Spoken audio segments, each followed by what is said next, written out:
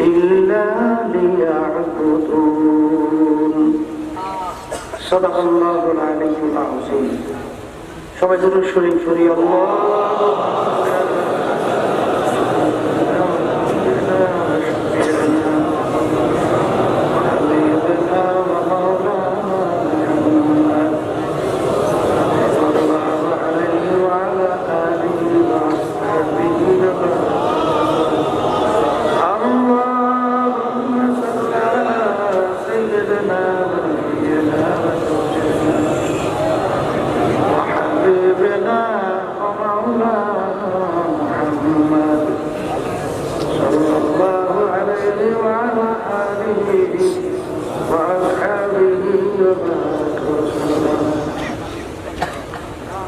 শুকরিয়া আদায় করতেছি মহান রব্বুল আলামিনের দরবারে। গত বছর মাহফিল হয়েছিল, এবছর আল্লাহ কবুল করছেন, চলছে।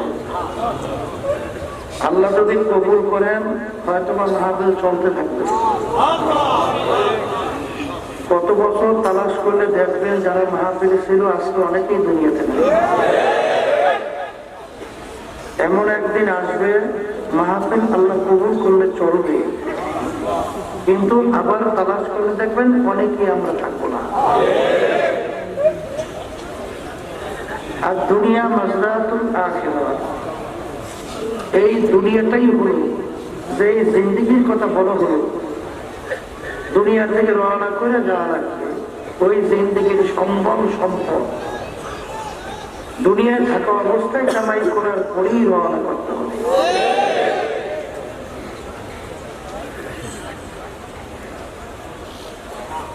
অনেক লোকের কানে মাহফিলের দাওয়াত পৌঁছার পরেও অনেকের সুযোগ ছিল, ইচ্ছে করে আসতে পারতো, অনেকে কিন্তু আসে নাই। আবার তালাশ করলে দেখবেন অনেকে দূর দূরান্ত থেকে কষ্ট স্বীকার করে মাহফিলে পাগলের মতো ছুটে আসে। আব্বাজান দাদাজান চরমনার জমিনে শুয়ে আছেন। দাদাজান আব্বাজান বলতেন তিনি মাহফিলের প্রথম থেকে শেষ পর্যন্ত থাইকা বাড়ি বিদায় হয়ে চলে গেলে আমল নামার মধ্যে কম পক্ষে 50 লক্ষ নেকি এরকম জমা হতেই পারে। একটা নেকির কত মূল্য! আল্লাহ রাসূল সাল্লাল্লাহু আলাইহি ওয়াসাল্লাম যারা হজ করতে গেছেন, মদিনা শরীফ গেছেন, অতুল পাহাড়, আল্লাহ রাসূল ইঙ্গিত করে বলছিলেন পুরা পাহাড়টা যদি স্মরণীয় হয়ে যায়, মাইলকে মাইল লম্বা, এর যত মূল্য হবে এর সে তুলনামূলক একটা নেকির মূল্য অনেক বেশি। কিয়ামতের ময়দানে একটা নেকির জন্য তো ঢাকা বাঁচতে পারে, শব্দ দিতে কথা ঠিক না? কারণ আল্লাহ রাব্বুল আলামিন বলেন ওয়া ইয়া'মাল মিসকালা যাররাতিন খায়রান ইয়ারা ওয়া মান ইয়া'মাল মিসকালা যাররাতিন শাররান ইয়ারা। এক যারা পরিমাণ তোমার যদি নেকি থাকে তার ফলও তুমি ভোগ করতে পারবা, আর যারা পরিমাণ যদি তোমার গুনাহও থাকে তারও ফল তোমার ভোগ করা লাগবে। কে বলছে? বলেন কে বলছে? যারা কাকে বলে? একটা কাপড় ধুইয়া নিগড়াইয়া যখন রোদ্রের ভিতরে ঝাড়া দেয়, লক্ষ লক্ষ রেণু রেণু দেখা যায় না? ওই এক একটা রেণুকে বলা হয় না। এই পরিমাণ যদি তোমার গুনাহও থাকে তার ফল ভোগ করতে হবে। কথা ঠিক কি? আজকে দুনিয়ায় থাকা অবস্থায় আপনি মাহফিলে আসছেন, নিয়ে যদি সহি থাকে, একবার আল্লাহকে আল্লাহ বলে ডাকবেন, আমল নামে নেকি জমা হইতে থাকবে না? যতক্ষণ বসা থাকবে, দিনে আলোচনা শুনতেছে, আমল নামে নেকি জমা হইতে থাকবে না? আব্বাজান দাদাজান বলতেন 50 লক্ষ নেকি এর কম জমা হতেই পারে। কিয়ামতের ময়দানে একটা নেকির জন্য ঠেকা পাই যায়, একটা নেকির জন্য ঠেকা পাই যায়। একটা নেকির অভাবে তার জাহান্নামের সিগাল হাতে পায়ে লাগতে পারে না। বলবে রব্বুল আলামিন আমাকে একটু সুযোগ দেন, কিয়ামতের ময়দানে ঘুরে দেখি একটা নেকি সংগ্রহ করা যায়। আল্লাহ রাব্বুল আলামিন বলবে যাও, তোমার সুযোগ যাও। চিন্তা করবে দুনিয়ার ভিতরে আমার মায়ের চেয়ে আদরের দ্বিতীয় কেউ দুনিয়ায় আছে? নিঃস্বার্থভাবে দুনিয়ায় কাউকে যদি কেউ মহব্বত করে, মা সন্তানকে করে। মায়ের মহব্বতের ভিতরে কোনো স্বার্থ থাকে? সন্তান চিন্তা করবে মায়ের কাছে যাইয়া দেখি এই বিপদের মুহূর্তে দেখি পাওয়া যায় কিনা। সন্তান মায়ের কাছে যাবে, মা কি উত্তর দেবে আল্লাহ রাব্বুল আলামিন আগেই কুরআনুল কারীমের ভিতরে জানায় দেন। ইয়াউমা ইয়াফিরুল মারউ মিন আখিহি ওয়া উম্মিহি ওয়া আবিহি ওয়া সাহিবাতিহি ওয়া বানিহি লিকুল্লি ইমরিইন মিনহুম ইয়াউমাইযিন শা'নুন ইউগনিহি। মা সন্তান থেকে ভাগবে, সন্তান মা থেকে ভাগবে, বাপ সন্তান থেকে ভাগবে, বাপ সন্তান বাপ থেকে ভাগবে। তাই বাপ যদি সন্তান থেকে ভাগে, মা যদি সন্তান থেকে, আর আপন কেডা? আর তোমার যে তোমাকে দেখে যেতে পারবো না। আজকে দুনিয়ার ভিতরে কেউ যদি কোনো বিপদে পড়তে যায়, বড় বিপদে, তখন নিজের হাতে করে সন্তানকে মৃত্যুর মুখে ঠেলে দেয়, তাই না? সিজন হয়েছিল বলে আছে দক্ষিণ অঞ্চল, সেখানে আমি তো গেছিলাম। দক্ষিণ অঞ্চল কয়েকদিন আগেও দেখে একজনে বলতেছিল, হুজুর যখন পানির স্রোত আসছে তখন বাপ বাঁচার জন্য পানির ভিতরে ঝাঁপ দিছে, তখন ছোট বাচ্চা সেও বাঁচার জন্য বাপের কামদার ভিতরে যাচ্ছে। এখন বাপ নিজেই ডুবে যায়, সন্তানকে বাঁচাই মৃত্যু। এখন বারবার হাত দিয়ে সন্তানের হাত শুষে, আর সন্তান বাঁচার জন্য ওই মুহূর্তে কঠিন ভাবে বাপের কামটা এক পাশের মুখের কাছে হাত দিয়ে কামড় দিয়ে ফেলে পানির ভিতরে নিজের হাতে। আজকে দুনিয়ায় সাধারণ এই পানির বন্যা নিজের হাতে সন্তানকে পানির ভিতরে ফেলে। আর কিয়ামতের ময়দানের অবস্থানটা কেমন কঠিন হবে? ওই সময় কেউ কাউকে নেকি দেবে কোনদিন সম্ভব? কেমন কঠিন হবে সংক্ষেপ বুঝলেন।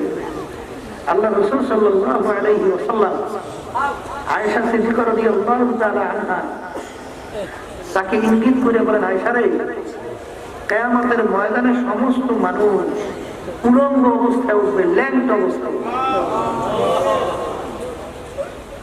আয়েশা সিদ্দিকা রাদিয়াল্লাহু তাআলা আনহা বলেন, ইয়া রাসূলুল্লাহ, হাবিবাল্লাহ, আমরাও কি কিয়ামতের ময়দানে ল্যাংট অবস্থায় উঠবো? আমাদের কি লজ্জা শরম করবে না এত মানুষ? আল্লাহ রাসূল সাল্লাল্লাহু আলাইহি ওয়াসাল্লাম, আয়েশা, তোমরাও কিয়ামতের ময়দানে ল্যাংট অবস্থায় উঠবে। বলে, হুজুর আমাদের লজ্জা শরম করবে? বলে, আয়েশা রে, কিয়ামতের ওই কঠিন অবস্থা এইটা আলোচনা করে কাউকে বোঝানো কোনোদিন সম্ভব না। এমন এক ভয়াবহ অবস্থা হবে কিয়ামতের ময়দানে মানুষ ওঠার পরে তাদের নজর যে উপরের দিকে উল্টা যাবে, নিচে নামাবার সুবিধা কেমন কঠিন। ويقول إبراهيم خليل الله نفسي ويقول عيسى روح الله نفسي ويقول موسى كليم الله نفسي। নবীরা পর্যন্ত উম্মতের কথা ভুলে যাবে, বলবে, মাবুদ আপনি আমাকে বাঁচান, একমাত্র তোমার আমার নবী মুহাম্মদুর রাসূলুল্লাহ সাল্লাল্লাহু আলাইহি ওয়াসাল্লাম সেজদায় পড়ে বলবেন, রব্বি হাবলি উম্মতি রব্বি হাবলি উম্মতি। ওই কঠিন মুহূর্তে কাউকে নেকি দেবে? কি বুঝলেন? পাইবেন না নাকি ভুরি ভুরি কথা কানা মুখ খুললে আওয়াজ হবে? এখন তাইলে বুঝা গেল কথা নাকি সংগ্রহ করার জায়গা কোথায়? কোথায়? এই দুনিয়া থাকা অবস্থায় আমাদেরকে নাকি এই কামাই করার পরেই দুনিয়া থেকে রওনা করতে হবে। বলেন কথা ঠিক। এখন মুসলমান বলতেই তো সবাই মন চায় নেকি কামাই করিয়া এই গুনার থেকে ধীরে নেকের কাজ করিয়া আল্লাহ হুকুম নবীর তরিকা অনুযায়ী চলিয়া চোখে পানি কলম গরম হইয়া তারপরে ইমান সহকারে দুনিয়া থেকে বিজয় নাতে মন সবাই চায় না কথা কার না কিন্তু চাইলেও ভালো। এক শ্রেণী আমার বাজার আছে যে হুজুর কথা সব ঠিক বলছেন মানিও ঠিক, কিন্তু হুজুর এখন বয়সটা তো হুজুর বয়সটা তো আমার তো অল্প, ওদের একটু বুড়ো তারপর ঠিকঠাক পথে তবা করবো আর আল্লাহর হুকুম নবীর তরিকা অনুযায়ী চলবো। কিন্তু হুজুর এখন যুবক বয়সে এখন একটা আনন্দ করতির সময়, চিত্ত বিনোদনের সময়। হুজুর এই সময় এখানে আপনার তওবা করে ঠিকঠাক মতো চলতে এরকম এক শ্রেণী আমার যুবকরা আছে না? এই 2-3 দিন আগেও একটা সংবাদ মাধ্যমে দেখলাম এক যুবক নামাজের সেজদা দিচ্ছে আর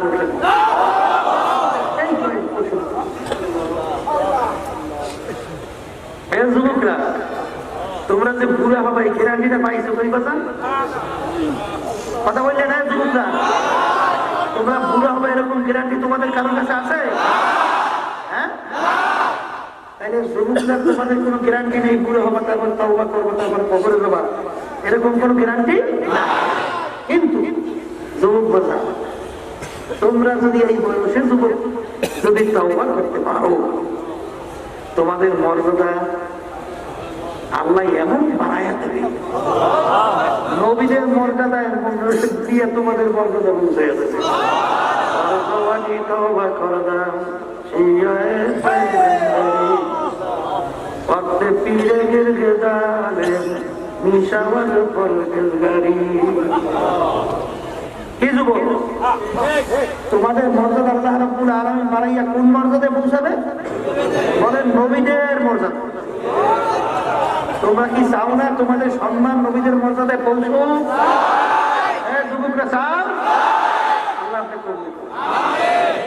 কিয়ামতের ময়দান যেদিন অন্য কোনো ছায়া থাকবে না, একমাত্র আল্লাহ রাব্বুল আলামিন তার স্পেশাল আরশের ছায়া ছাড়া আর কোন ছায়া। সেদিন 7 প্রকার লোককে আল্লাহ রাব্বুল আলামিন ডাইকা ডাইকা তার স্পেশাল আরশের নিচে ছায়া দেয়। কয় প্রকার? এর ভিতরে এক প্রকার ওই যুবক যেই যুবক তার জওয়ানিটা আল্লাহ রাস্তায় কাটাতে পারবে। কি যুবক বাজার তোমরা কি চাও না কিয়ামতের ময়দানে কঠিন মুহূর্তে আল্লাহর স্পেশাল আরশের ছায়া পাও? আল্লাহ তোমাদের এই মর্যাদা কেন বুঝছো কিছু? এত বলতো না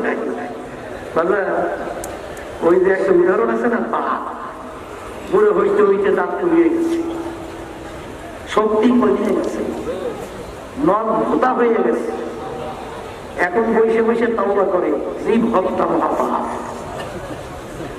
জীব হত্যা করবে কি দিয়ে? শক্তিই তো নেই। খাইবে কি দিয়ে? দাঁতই তো নেই। ধর্মে কি দিয়ে? নখই তো নাই। এখন দাঁত নাই, নখ নাই, দাঁত নাই, নখ নাই, শক্তি। এই অবস্থান তওবা। আর যখন দাঁত ছিল, নখ ছিল, শক্তি ছিল তখনকার তওবা পার্থক্য আছে না? আছে না? আছে না? এক শ্রেণী আমার বাজাররা আছে এখন বয়স হয়ে গেছে, বুড়ো হয়ে গেছে, ঠিক মতো সোজা হয়ে হাঁটতেও পারে, অনেক সময় লাঠি দিয়ে সপ্তাহ তখন হয়ে হাঁটে। যদি জিজ্ঞাসা করে বাজার লাঠি দিয়ে কি চালাস করে, কেমন জানি মুরব্বী উত্তর দেয় না, এই লাঠি দিয়ে আমি তালাশ করে দেখি আমার জমানিটা কোথায় গেল। কিন্তু জমানি কোনোদিন ফেরত আসবে? ওই সময় তওবা। আর যখন তোমার শক্তি ছিল এখন ইচ্ছা করলে সমাজের ভিতরে একটা পরিবর্তন ঘটনা, সেই শৈলীর ভিতরে পাক, সেই শৈলীর ভিতরে একটা গরু আছে না, এই যে বুড়ো হইলে কি এই অবস্থা থাকে, তাহলে মর্যাদা বাড়বে কমবে না? এই জোরে বলে কথা ঠিক কিনা? এই জন্য আল্লাহ রাসূল সাল্লাল্লাহু আলাইহি ওয়াসাল্লাম যুবকদের ব্যাপারে দোয়া করছেন যে যুবকরা আমার ইসলামের সহযোগিতা করছে। তাই তোমরা ইসলাম আল্লাহ আল্লাহ রসুলের নীতি আদর্শের পক্ষে সহযোগিতার শক্তি, এইটা তোমরা হও, আল্লাহ রসুলের দোয়ার অংশীদার তোমরা হও। এটা কোন কোন যুবক সেটা আসলেই দেখো।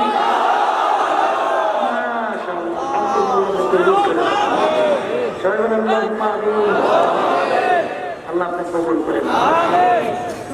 এখন অনেক মুরব্বীরা মনে মনে বলতে পারে সুযোগ সুবিধা বুঝি না, আপনাদের নাই তা তো না আছে না। এখন সঙ্গে ওই চাকরি ওই যারা গোপনে নির্জনে আল্লাহর জিকির করতে করতে তাদের দুই চোখের থেকে পানি চাইয়া ওনার কথা মনে করি না মাওলানা সাহেবের বাপ যাবে, ওই জাকিরিনকে আল্লাহ দায়িত্ব তার স্পেশাল আরশে ঠিক কিনা? বর্তমানে গেলে এক শ্রেণী বের হই খালি ফতুয়ার পিছনে নেই, ঠিক কিনা? বর্তমানে ফতুয়া যেতে যেতে এখন সেকেন্ডের বিরুদ্ধে লাগছে না। জেকের শব্দের অর্থ কি বলেন? স্মরণ করা। জেকের শব্দের অর্থ কি? আল্লাহর বান্দাবান্দিকে আল্লাহ স্মরণ করবে না শয়তানের স্মরণ করবে? আল্লাহর বান্দাবান্দিকে আল্লাহ স্মরণ করে তোমার একটু গায়ে বাড়ছে কেন? তোমার একটু গাড়ির ভিতরে জ্বালা করো। আল্লাহর থেকে সহ্য করতে পারে ইবলিস শয়তান। কারণ আমি বলিনি, আল্লাহ রাসূল সাল্লাল্লাহু আলাইহি ওয়াসাল্লাম বলেছেন আর শাইতানু যাসমিন আলা কালবি বানি আদম ফাইদা যাকারাল্লাহ ফাইদা ওয়ালা। আল্লাহর বান্দাবান্দি যখন আল্লাহর জিকির করে জাকিরিন না, তখন এই জাকিরিনের কলবের ভিতরে শয়তান থাকতে পারে না। শয়তান আল্লাহর থেকে সহ্য করতে পারে না, ভাইকে যায়। তাহলে আল্লাহর থেকে সহ্য করতে পারে না কে? শয়তান। তুমি সহ্য করতে পারো না কি জানেন? জোরে জিকির জায়েজ নাই, কয় না? একত্রিত হইয়া জিকির জায়েজ নাই বলে না? কথা কথা না মসজিদের ভিতরে জিকির করা জায়েজ নাই বলে না? বলে না? ওই শুনছিলাম সরবনা ইতিহাস এলাকার ভিতরে বেকায়দা লোক আছে না, বেকায়দা বুঝলেন? এই উল্টো উল্টো চলছে সরবনাই তো আল্লাহ দেখে আছে। যাওয়ার পরে আল্লাহ করছে। এখন বাড়িতে এসে 5 ওয়াক্ত ঠিকমতো জামাতে নামাজ পড়ে, সকাল সন্ধ্যায় বসে আমার মাওলানা জিকির করে। কেমন কি আছে চাইলে তুমি কাজটা করতে আছো, এই যে মসজিদে বসে জোরে জোরে জিকির করো, তুমি যে উল্লেখ করে জোরে জিকির করো একাত্তরে জিকির করো, এটা চাই এমনি মাথা মাথা মাথা মান বোঝে না। তারা পরিচয় আছে ধরুন আপনার আমি দাওয়াত করে খাওয়াইছি, আমার মনে আছে? মনে আছে? বলে হুজুর আমি যে সেমনি না চাইতাম, মহিলা না চাইতাম, এটা তো আপনি জানেন? জানেন বলে আপনি গান বাজতাম, মহিলাদেরকে নাচানাচি করাইতাম, বেহায় এখনো অশ্লীলতার ভিতরে ডুইবেছিলাম, বিভিন্ন নেশার ভিতরে দরকার করছিলাম। তখন আপনাকে আমি দাওয়াত দিচ্ছি, মনে আছে না? বলে আমার বাড়ি খাইছেন তাও তো মনে আছে? বলে হ্যাঁ মনে আছে। বলে হাবিয়া সালাম হ্যাঁ মনে আছে? বলে হ্যাঁ তো মনে আছে। বলে তখন তো আপনি বলেন নাই যে তুমি সেমনি না চাই না জায়েজ নাই? তখন তো বললেন না তুমি যে এই বিভিন্ন ধরনের জুলুম করো, চাঁদাবাজি করে এটা জায়েজ নাই? এই যে তুমি তখন বললেন না আমার বাড়ি খাইলো নাকি হাবিয়া সালাম হ্যাঁ পকেটেও লইলেন, আর এখন আমি একটু আল্লাহর জিকির করি, একটু আমি নামাজ পড়ি, এখন তুমি আমাকে বাধা দাও, ঘটনা দেখো। এই লাড়ি দেখছে একটা বাড়ি বাড়ি আমার থেকে ভাড়াই গেলাম।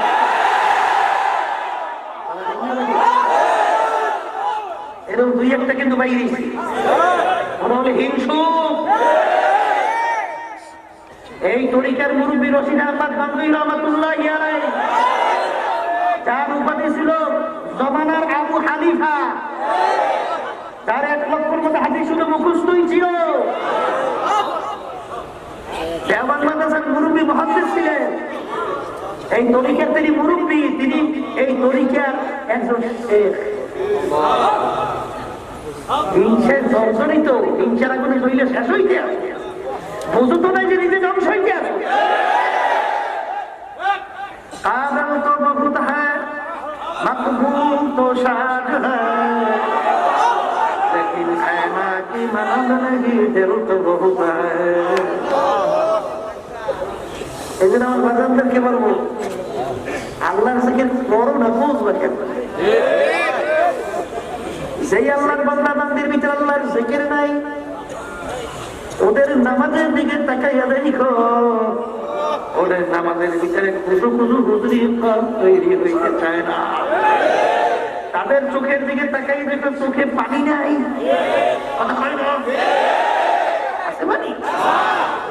টাকা বুড়িতে ভরা, টাকা বুড়িতে যদি পোস্টার একটু লকটা যদি কম দেয়, লক্ষ যদি কম দেওয়া হইল কেন? টাকা বুড়ি ভরা, টাকা বুড়ি। আর তুমি যত বড় জানুন না পারবি যাও, শয়তানের সাথে বেশি জানো নাই। শয়তান কিন্তু টাকা বুড়ির কারণে একেবারে চিরতর আল্লাহর জাহান্নামের হুকুম দিয়ে বের করে দিয়েছে। আর হাদিসের ভিতরে সামনে কে বলে রে ভাই, টাকা বুড়ি আমার মাওলার খারাপ পোশাক, তার ভিতরে যার পরিমাণ টাকা বুড়ি যাবে পরিষ্কার হাদিসের ভিতরে বেশ তার জেরানো পড়ে। কিসের আলেম আর কিসের মুক্তি হয়েছ আর কিসের দলের?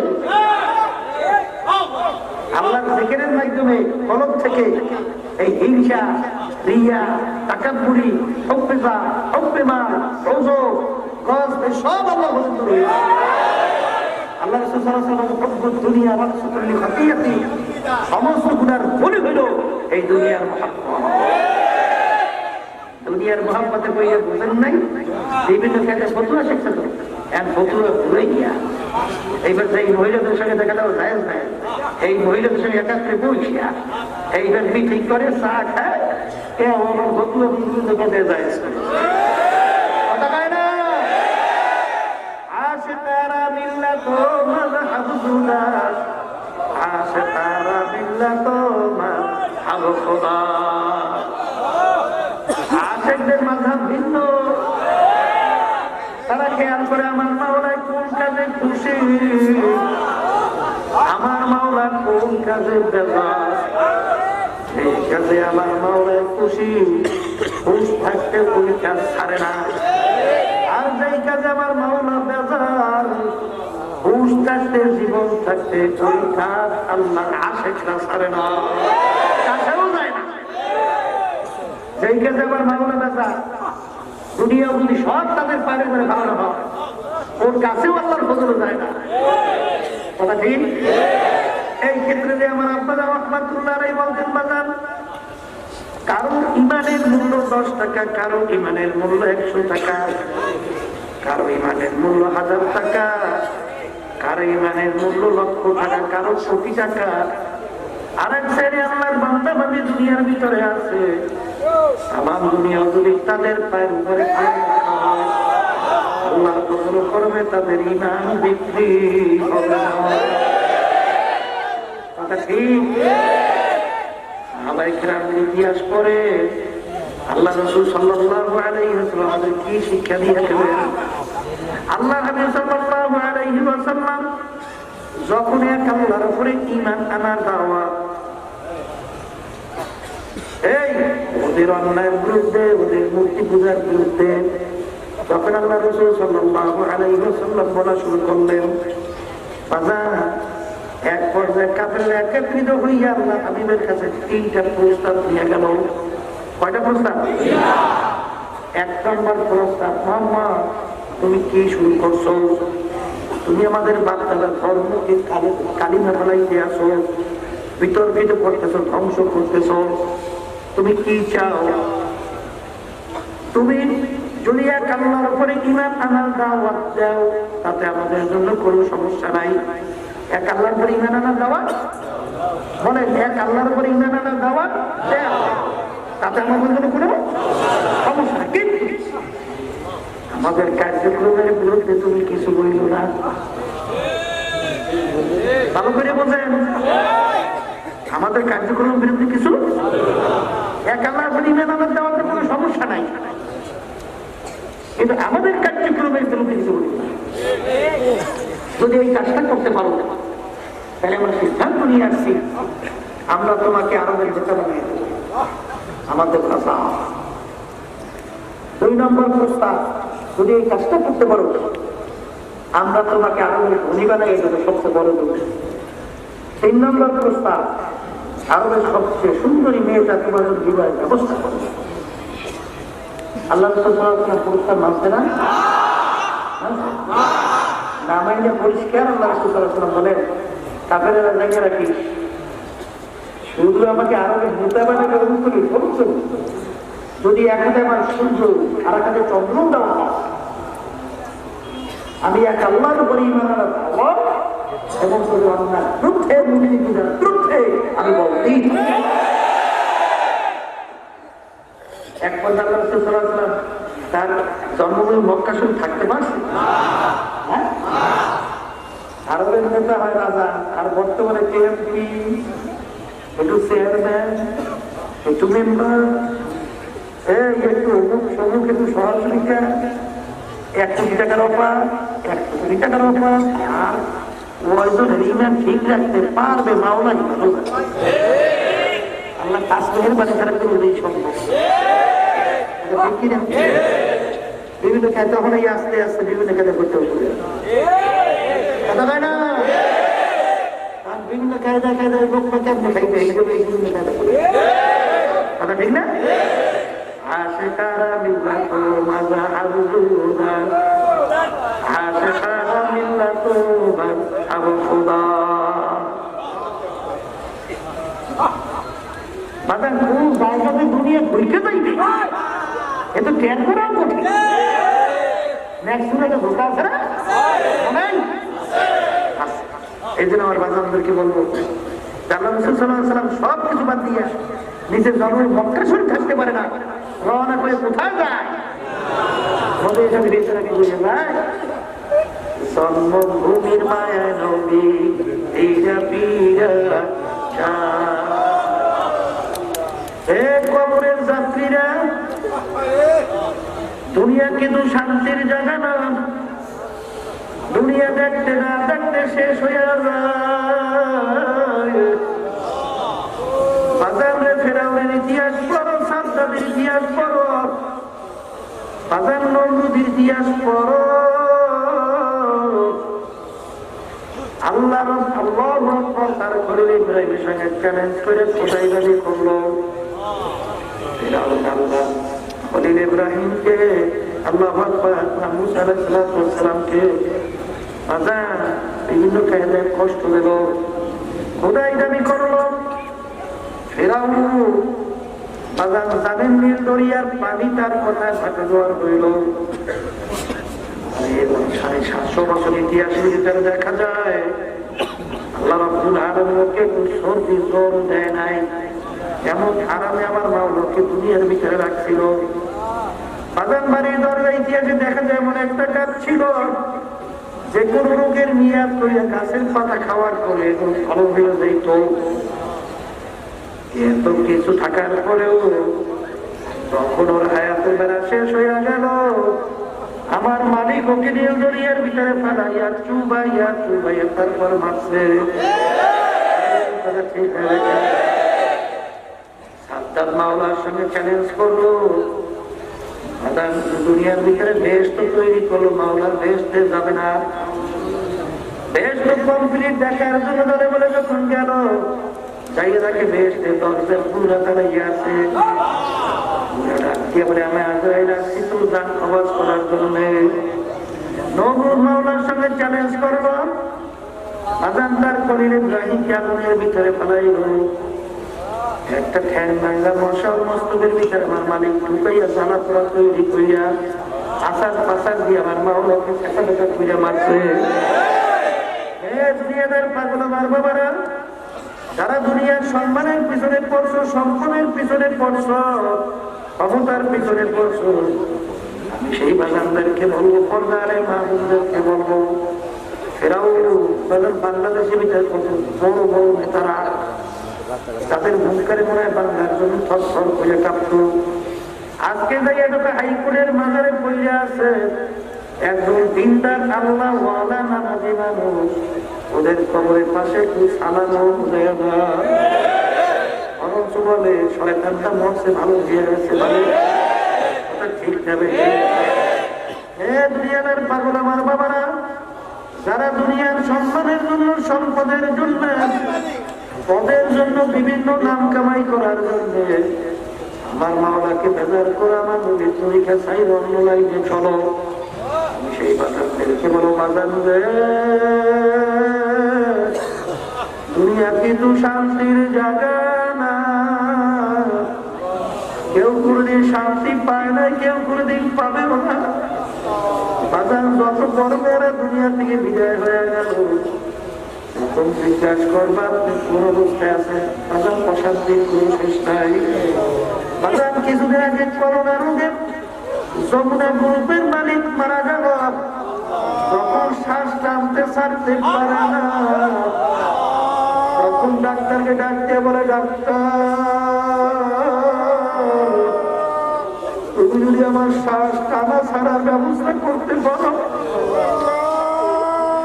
কাগজ কলম নিয়ে আসো, আমি তোমাকে লিখে দিয়ে দেব। তো আজকে সব সম্পদ করিয়া রইল, ওই মর্মে আপনার দুনিয়ার মধ্যে না।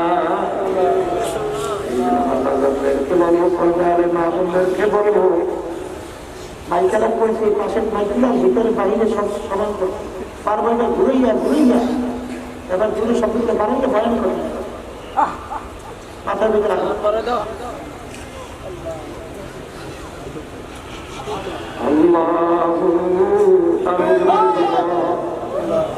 এই জন্য আমার বাজানদেরকে বলবো, করবে মা বোনদেরকে বলবো, বাজার এই মাহফিলের ব্যবস্থা কেন করা হইল?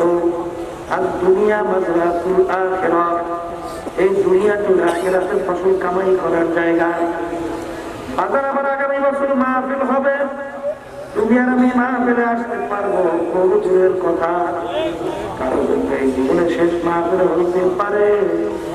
এই জন্য আমার বাচ্চাদেরকে বুঝার জন্য পর্দারে মাহফিল যারা শুনতেছেন, আল্লাহ রাব্বুল আলামিন আমাদেরকে কেন বানাইলেন? আল্লাহ রাব্বুল আলামিন বলেন, ওয়া মা খালাকতুল জিন্না ওয়াল ইনসা ইল্লা লিয়াবুদুন, আমি তোমাদেরকে এবং জিনকে বানাইলাম আমার ইবাদতের জন্য। অন্যান্য মাখলুকাতগুলো আমার মাওলা কেন বানাইলেন? আল্লাহ রাব্বুল আলামিন বললেন, অন্যান্য মাখলুকাতগুলো আমি বানাইলাম তোমাদের জন্য, আর তোমাদেরকে আমি বানাইলাম আমার ইবাদতের জন্য। এই আল্লাহর বান্দারা, সূর্য আমরা দেখতেছি, সূর্য আমাদের মানুষের দরকার আছে না নাই? একটা মানুষ শুধু দুনিয়ায় না থাকে, সূর্যের কিন্তু কিছু আসে যায় না। গাভী গরুটা আমাদের দুধ খাওয়ার জন্য লাগে, কি লাগে না? গরু বংশ বিস্তারের জন্য লাগে, কি লাগে না? কিন্তু একটা মানুষ যদি দুনিয়ায় না থাকে, গাভী গরুর কিন্তু কিছু আসে যায় না। খালি গরু আমাদের লাগে, পানির ভিতরে মাছ আমাদের দরকার আছে নাই? একটা মানুষ দুনিয়া না থাকলে মাছের কিন্তু কিছু আসে যায় না। বাজার গাছগুলো আমাদের দরকার আছে না নাই? একটা মানুষ যদি দুনিয়া না থাকে, গাছের কিন্তু কিছু আসে যায় না। একটা মানুষ যদি দুনিয়া না থাকে, অন্যান্য মাখলুকাতের কিছু আসে যায় না। কিন্তু সমস্ত মাখলুকাতগুলো আমার মালিক বানাইলেন আমাদের জন্য। এখন আমাদের জন্য একটা গরু যদি কাজে না লাগে, আমরা গরুটা কি করি? আমার মালিক কেমন জানি তোমার আমার দিকে চাইয়া, এমন জানি আমার মালিক বলতেছে, ও রহিমা ঠাকুর, আমি তোর বিচার চাইয়া চাইয়া দেখি, একটা গাভী গরু কিনলি তুই দুধ খাওয়ার জন্য, এখন গাভী গরুটা দুধ দেয় না, বাচ্চাও দেয় না। আমি তোর বিচার চাইয়া চাইয়া দেখলাম, তুই একটা ছুরি ধার করলি, গাভী গরুটাকে শুয়ে দিলি, গাভী গরুটা জড়াই কিনলি, চামড়া খুলে ফেললি, আর তুই চামড়া দিয়ে দুটা সবার নর্ম কাজ করবি। আরে জলে বন্ধুর আত্মীয় স্বজন নিজে গরু পুষ্পাক ছুঁড়ে তুই খাইলি, গাভী গরু থেকে তুই জমিতে ফালাইয়া দেও নাই, খা বললাম যে তোর জন্য আমি বানাইলাম।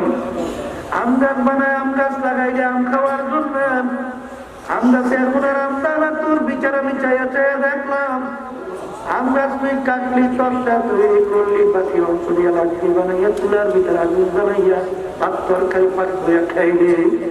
খা বললাম আমি তোর জন্যই বানাইলাম, আমি তোর তোদেরকে বানাইছিলাম আমার ইবাদতের জন্য। হে আব্দুল করিম, তুই একটু তোর বিচার কর, তুই একটু তাকাইয়া তাকাইয়া তুই নিজের প্রশ্নের উত্তর তুই দে। সময় মুয়াজ্জিন আযান দিল, আসসালাতু খায়রুম মিনান নাওম, ঘুম হইতে নামাজ ভালো। আরে তুই ল্যাপটাই না কম্বল মুড়ে দিয়ে শীতের ভিতরে ঘুমাইবি, তুই আমার হুকুম ফজরের নামাজ তুই মাসিদের পড় নাই, তুই নামাজ পড়লি আমার ইবাদত তোকে পাই নাই। আরে জহুরে ডাকলাম তোকে আমি পাই নাই, আসরে ডাকলাম তোকে আমি পাই নাই, মাগরিবে ডাকলাম তোকে আমি পাই নাই, ইশায় ডাকলাম তোকে আমি পাই নাই। রমজান আসছে, রোজা রাখার জন্য বলছি, তুই রোজা রাখো নাই। পর্দা করতে বললাম, তুই পর্দা করো নাই। সুন্নাত পড়তে চলতে বললাম, তুই চলো নাই। হারাম হালাল তুমি খাইতে চলতে বললাম, তুই খাও নাই, চলো নাই। এক কথায় তোকে আমার ইবাদতের ভিতরে পাই নাই। হে বান্দা বান্দি, এখন তোর বিচার তুই কর। দাবি গরুটা দুধ খাওয়ার জন্য পারছিলে, দুধ দেয় না, তুই জবাই করলি, চামড়া দিয়ে অন্য কিছু তৈরি করলি, গোস্ত পাক করে খাইলি, আর কাবিজা গোস্ত তুই পাক করে খাইলি, সেহুদা ফেলাইয়া দাও নাই। দেয় না, তুই পারলা কাইটা তরকার তৈরি করলি, অন্য কাজে লাগাইলি। আমি তোদেরকে বানাইছিলাম আমার ইবাদতের জন্য। হে বান্দা বান্দী, তোর বিচার তুই কর। তোকে যখন আমার ইবাদতে পাই নাই, এখন তোকে আমি কোন কাজে লাগাবো? মানুষ সবাই তুই খাইবে, তাও তো আমি যাই রাখলাম না। তোকে আমি কোন কাজে লাগাবো? আমার একটা কাজ আছে।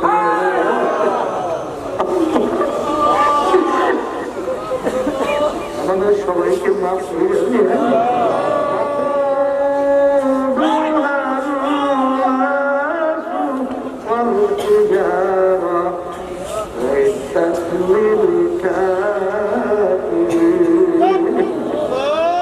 আমার মালিক ডাক দিয়ে ওরে ব্যাপার নেবো খারাপ।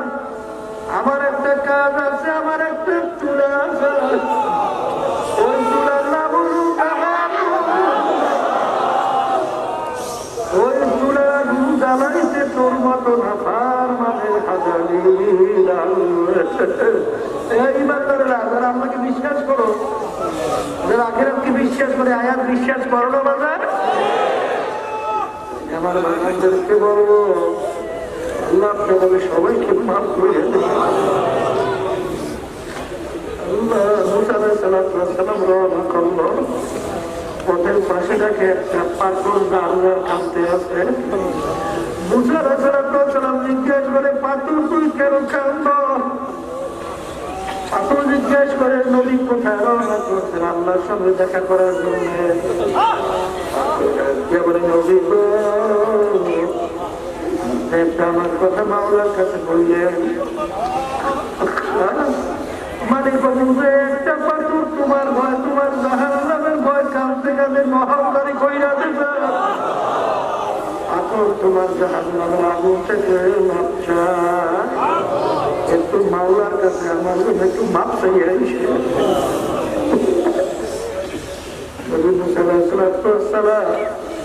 আল্লাহর কাছে বলে, মালিক পাথর জানবার কান্দে জাহান্নামের ভয়, তোমার ভয় জাহান্নাম থেকে মাপ চায়।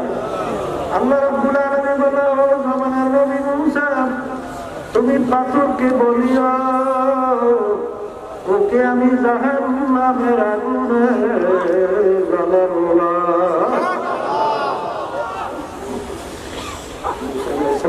সালাম আসলে পাথর জিজ্ঞেস করে, নবী গো আমার কথা মাওলার কাছে বলছেন? পরে বলছি, তোর কপাল ভালো, আমার মাওলা তোর কান্না কবুল করছেন, তোকে আমার মাওলা জাহান্নামের আগুনে জ্বালাবে না। কান্না বন্ধ হয়ে গেল। কিছুদিন পরে নবী আবার ওই পথ থেকে রওনা করলো, দেখে পুনরায় আবার পাথর কান্দে। নবী নবী শুনে বলল, পাথর তুই কি আমার কথা বিশ্বাস করো না? তুই আবার কেন কান্দ? পাথর বানায় নবী, আপনার কথা আমি ভালোভাবে বিশ্বাস করছি, কিন্তু আমি চিন্তা করে রাখলাম আমি যদি না খেলতাম আপনার নজরে আমি পড়তাম না, আপনার নজরে আমি না পড়লে আমার কথা মাওলার কাছে বলতেও পারতেন না। আর আমি বলি আল্লাহর আগ্রহ থেকে মাহফুজ পাইতাম না, যেই কান্না রুসলে আমি পাথর, আমি মাওলার জাহান্নামের আযাব থেকে মাপ পাইলাম। আমি পাথর সিদ্ধান্ত করলাম ওই কান্না আমি আর কোনদিন ছাড়ব না। এই দুনিয়া থেকে পাথর আমার বাগানরা ও পর্দারের মা বোনেরা, গুনার পর গুনা করিয়া যাইতেছি বাজার, ওই দুঃচিন্তাও তো আসলো না। আল্লাহ রাব্বুল আলামিন বলেন দুনিয়ার ভিতরে এমন কিছু আমার বান্দা বান্দীরা আছে تقشعر منه جلود الذين يخشون ربهم ثم تلين جلودهم وقلوبهم إلى ذكر الله। দুনিয়ার ভিতরে এরকম আছে যখন আমার আযাব গজবের আলোচনা করা হয়, আমার জাহান্নামের আযাবের আলোচনা করা হয়, ওদের শরীরের চামড়া গুলা থর থর থর থর করে কাঁপতে উঠছে, ওদের শরীরের থর করে কাঁপতে ওঠে। তাহলে আমাদের সবাইকে মাফ করে দিয়ে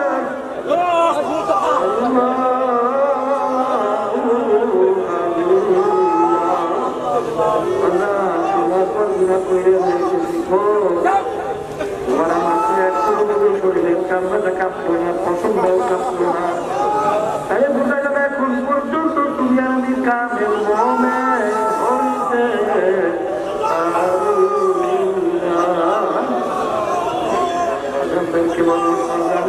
হইতে বলো মালিক আমাদেরকে কেন বানাইলেন, মালিক আমাদেরকে কেন বানাইলেন।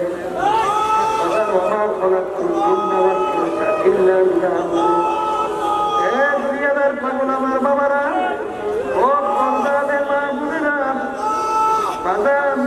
যারা আমার মালিকের হুকুম অনুযায়ী দুনিয়াতে ঠিকমতো চলতে আল্লাহর হুকুম অনুযায়ী কবর না যাইতে পারবা, মালিকের হুকুম অনুযায়ী না চললে কবরে যাওয়া, জাহান্নামের আযাব, কবরের আযাব, কিয়ামতের ময়দানের আযাব, এই আযাবকে সহ্য করার শক্তি দুনিয়ার কোন মানুষের আছে?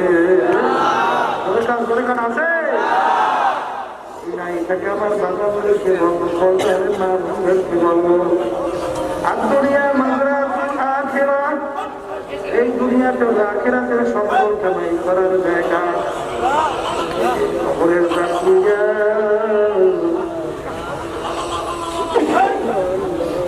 খবরে কিন্তু কোনো বলা বলি নাই, খবরে কিন্তু বংশের পরিচয় নাই, কোন পীরের মুরিদ, কোন দলের লোক, পীর না মুরিদ, এই পরিচয় কিন্তু খবরে নাই। পীরের কাছেও খবরে প্রশ্ন তিনটা, মুরিদের কাছেও খবরে প্রশ্ন তিনটা, মালিকের কাছেও প্রশ্ন তিনটা, গোলামের কাছেও প্রশ্ন তিনটা, ধনীর কাছেও প্রশ্ন তিনটা, গরিবের কাছেও প্রশ্ন তিনটা। বাজান বর্মে কেউ কিন্তু সাদা ৩-৪ কাপড় দিয়া প্রেম দিয়া পাড়ায় রাখবে, বাচ্চা কেউ কিন্তু সাদা ৩-৪ কাপড় দিয়ে প্রেম দিয়া পাড়ায় রাখবে। ও দুনিয়ার বিরুদ্ধে গর্ব, ও দলের বিরুদ্ধে গর্ব।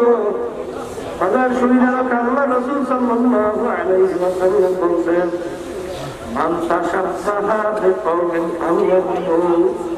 দুনিয়ার ভিতরে তুমি যেই দলভুক্ত হইয়া চলবা, যেই দলের নেতা নেত্রীকে নেতা নেত্রী মানবা, হে মুসলমান, কিন্তু আমি বলি যে আল্লাহ রাসূল বলেন, দুনিয়ার ভিতরে তুমি যেই দলভুক্ত হইয়া চলবা, সেই দলের নেতা নেত্রীকে নেতা নেত্রী মানবা। আল্লাহ রাসূল সাল্লাল্লাহু আলাইহি ওয়াসাল্লাম বলেন, কিয়ামতের ময়দানে তুমি ওই দলভুক্ত হইয়া পড়বা এবং ওই দলের নেতা নেত্রীর সঙ্গে তোমার হাসর হইয়া যাবে। এই জন্য বাজার হাদিসের ভিতরে আসছে অনেক মুসল্লি নামাজ পড়ে ওদের ভিতরে ঈমান নাই।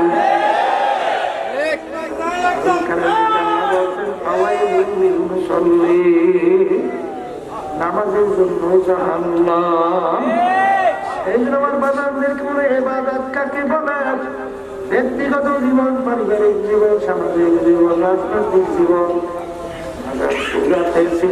কামাইতে খরচে, ব্যবসা ক্ষেত্রে, আন্তর্জাতিক জীবনে সর্বক্ষেত্রে যে আল্লাহর বান্দা বান্দি আমার মালিকের হুকুম অনুযায়ী নিজের জীবনকে চালাইয়া কবরে যাইতে পারবে, সেই কাজটাই সে একমাত্র মাওলার দরবারে তোলা দরবারে মাহবুবা বান্দি হিসেবে পরিচয় লাভ করতে পারবে। আলোচনা তো বড় সহজ, কিন্তু ব্যাপারটা কিন্তু বড় কঠিন। কারণ আল্লাহ রাসূল সাল্লাল্লাহু আলাইহি ওয়াসাল্লাম বলে গেছেন, হুব্বুদ দুনিয়া রাসূ কুল্লি খাতিয়াতিন, সমস্ত গুনাহ মূলে হলো দুনিয়ার মহব্বত। কোরআনুল কারীমে আল্লাহ রাব্বুল আলামিন বলেন, দুনিয়াকে শয়তান তোমাদের কাছে এমন ভাবে চাকচিক্যময় করে উপস্থাপন করে, ওদিকে তোমাদের মন দেও ঝুঁকে দেয়, ফিরে আসা বড় কষ্ট হইয়া যায়। আমার মাওলার কাছে যদি সাহায্য চাওয়ার কথা চাইতে পারো, আমার মাওলার বর্তমানের জন্য জিম্মাদার দিয়ে যাবে। বলবো কন্যারে মাহবুবকে বলবো, আজান বলা যদি ছাড়ো, বংশের গরম ছাড়ো, টাকার গরম ছাড়ো। এই বাজার আমার মালিকের কাছে খাস বন্ধা হওয়ার পর যারা মাহবুবরা খাস বান্দি হও, তারপর দুনিয়া করে বিদায় নিয়ে মাওলার কবরে মোলাকাত করো। কারণ খাদিজাতুল কুবরা রাদিয়াল্লাহু তাআলা আনহা একদিন ফজরের পরে বৈশা কাঁদতে,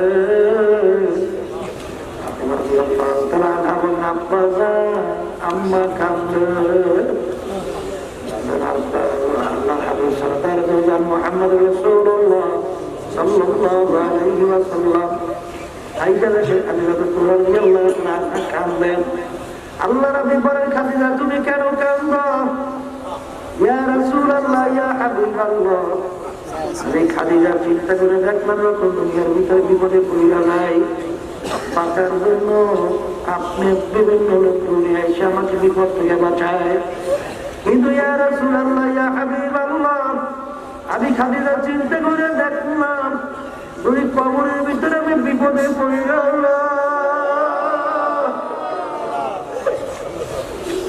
ওই কবরে তো আমার কেউ না, ওই কবরে আমাকে কে বিপদ থেকে উদ্ধার করবে? এই চিন্তা আমি খাদিজার কারণে। আল্লাহ তাহলে সবাইকে মাফ করে দেন।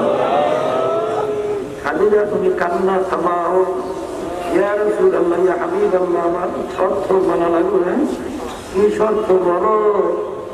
আমি যদি আপনার আগে দুনিয়া থেকে বিদায় হইয়া রওনা করি, আপনার জামা মোবারক দিয়ে আমার কাপড়ের কাপড় পরানো লাগবে। আপনার জামা মোবারক দিয়ে আমার গায়ের সঙ্গে লেগে থাকে। আরে কবর বাকি আমাকে ছাড়তে সাহস হবে না। ইয়া রাসূলুল্লাহ, ইয়া হাবিবাল্লাহ, কবরের প্রশ্নের উত্তর আপনার দিয়ে দেওয়া লাগবে। আরে তখন খাদিজা রাদিয়াল্লাহু তাআলা আনহা দুনিয়া থেকে বিদায় হয়ে গেল। কবর দেওয়ার পরে যে যার কাছে যায়, আল্লাহ নবী কবরের পাশে অপেক্ষা করেন। সময় পর সময় যায়, কোনো প্রশ্ন নাই, উত্তর নাই। আমার হাবিব গো, আপনি এখানে কেন অপেক্ষা করেন? বলে মামুন গো, খাদিজা কবরের প্রশ্ন উত্তর দেওয়ার জন্য আমি অপেক্ষা করি। আল্লাহ রাব্বুল আলামিন ডাকলেন, হাবিব গো লাগবে না, আমার খাদিজার কবরের প্রশ্নটা আমি স্বয়ং রাব্বুল আলামিন নিজে দিয়ে দিলাম।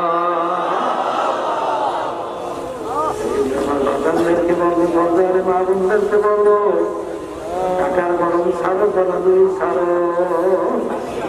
মারা মাওলার পাগল হও, দেখকে নরম করো, দুই চোখের পানি নিয়ে মালিকের হুকুমের ভিতরে কবরে চলে, তারপর কবরে যাও।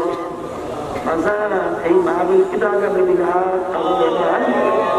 আমার বাড়ির যখন এখানে নিয়ে আসে, আমার মাওলা বড় আর মাওলা, আমার মাওলা বড় আর মাওলা, তুমি যদি পাহাড় পরিমাণে গুণা করিয়া থাকো আর দেশ থেকে ভাইয়া তুই চোখের পানি চাই না,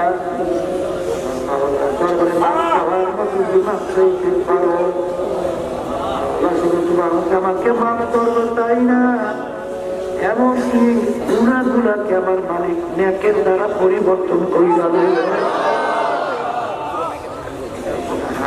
মাওলার কাছে একটু কান্নার মতো কান্নো, মাওলার কাছে মাপ চাওয়ার মতো চাও। দুনিয়াদের পাগল আমার বাবারা, আজকে দুনিয়ার ভিতরে বাপ মার সঙ্গে কঠিন কঠিন অন্যায় করলে বাপ মাতের ঘর থেকে বের করে দেয়, অনেক সঙ্গে অন্যায় করলে দল থেকে বের করে দেয়, অনেক সময় দলীয় লোকদেরকে মাইরা ফেলায়, বন্ধু বন্ধুর সঙ্গে অন্যায় করলে বন্ধুকে তারাই আনায়, অনেক সময় সুযোগ পাইলে মারতেও চায়, অনেক সময় মাইরাও ফেলায়। কিন্তু দুনিয়াদার পাগল আমার বাবার আমি মোখানামের বলে না, আমার মাওলার সমস্ত নিয়মাত দুনিয়ার আমি ভোগ করলাম, আমার সবার নিয়মাত চোখ খুলিয়া দেখলাম, কত অন্ধ মানুষ। আজকে কিন্তু একটা ছেলে কত মেধাবী ছিল আমার সামনে নিয়ে গেল, বলে একটু দোয়া করে চোখে দেখে না, প্রতিনিয়ত আমার দিকে তাকাইয়া রইলে ওর চোখে কোনো সমস্যা দেখি না, ওর মা কান্দাকাটি করে আমার কাছে পাঠাইয়া দিয়ে বলে হুজুর আরে তুমি আসলে তো দোয়া করেন, আমার মালিক চোখের ভিতর থেকে আলো নিয়ে গেল, তোমাকে আমাকে ইচ্ছা করলে সেরকম আলো বানাইতে পারত, চোখে দেখার শক্তি ক্ষমতা কে দান করলো, আবার দিয়া কথা বলার মেহমান কে দান করলো,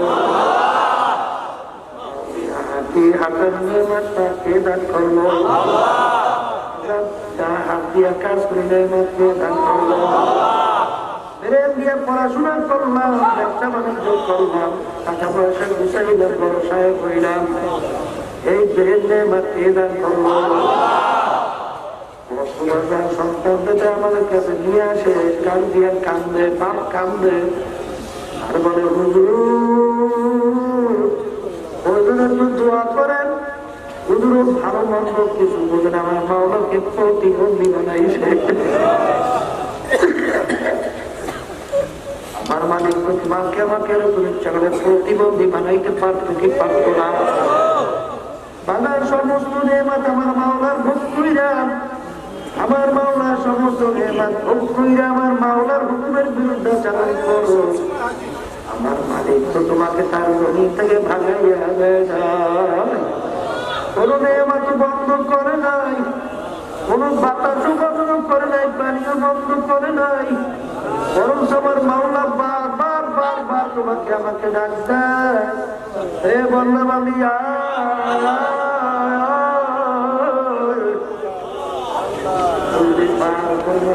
করো, আরে তুই যদি গুণার মতো গুণা করে থাকো, খালেস তাকে ভাইয়া দুই চোখের পানি চাইরা তুই আমার হাত তুলে দোয়া করতে পারো, আমার কাছে মাছ চাইতে পারো, ওর গুণা শুধু আমি মাফ করবো তাই না, এমনকি গুণাকে নেকের দ্বারা পরিবর্তন করিয়া দেব।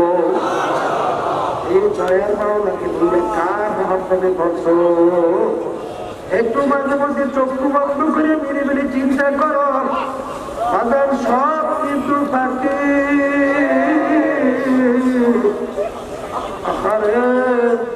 যখন চিন্তা করবা তখন যখন যাবা সব কিন্তু তখন আমার মাওলাকে দোয়া,